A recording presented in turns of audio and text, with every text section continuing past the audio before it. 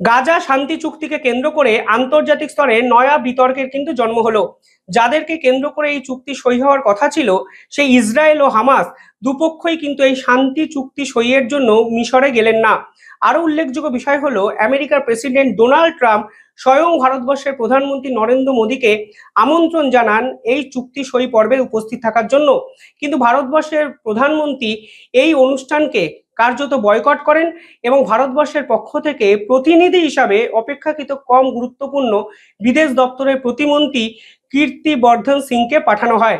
এখন সব থেকে বড় প্রশ্ন, ভারতের বিদেশমন্ত্রী ডক্টর জয়শঙ্কর এবং ভারতবর্ষের প্রধানমন্ত্রী নরেন্দ্র মোদী মিশরে এই শান্তি চুক্তিকে বয়কট করে ঠিক আন্তর্জাতিক স্তরে কি বার্তাটা দিতে চাইলেন? প্রথমত, ভারত এই পুরো বিষয়টায় একটা ফ্লেক্সিবিলিটি দেখাতে চেয়েছে। হামাস এই চুক্তির বিরোধিতা করেছে। হামাস বলেছে, আমরা আমেরিকা যে 20টি প্রস্তাব দিয়েছে তা পুরোপুরি সমর্থন করি না, আমাদের কেন অস্ত্র ছাড়তে পুরোপুরি বাধ্য করা হচ্ছে।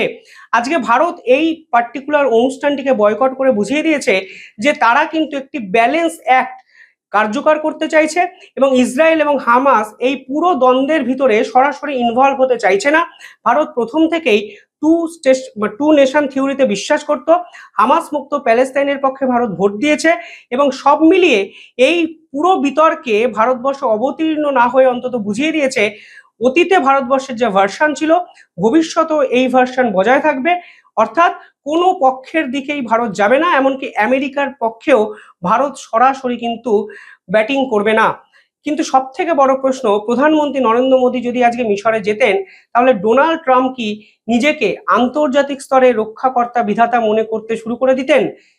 প্রধানমন্ত্রী কি ডোনাল্ড ট্রাম্পের সেই ইগোটাই ভাঙার জন্য আজকে মিশর সফর বাতিল করলেন? প্রশ্ন কিন্তু উঠলো।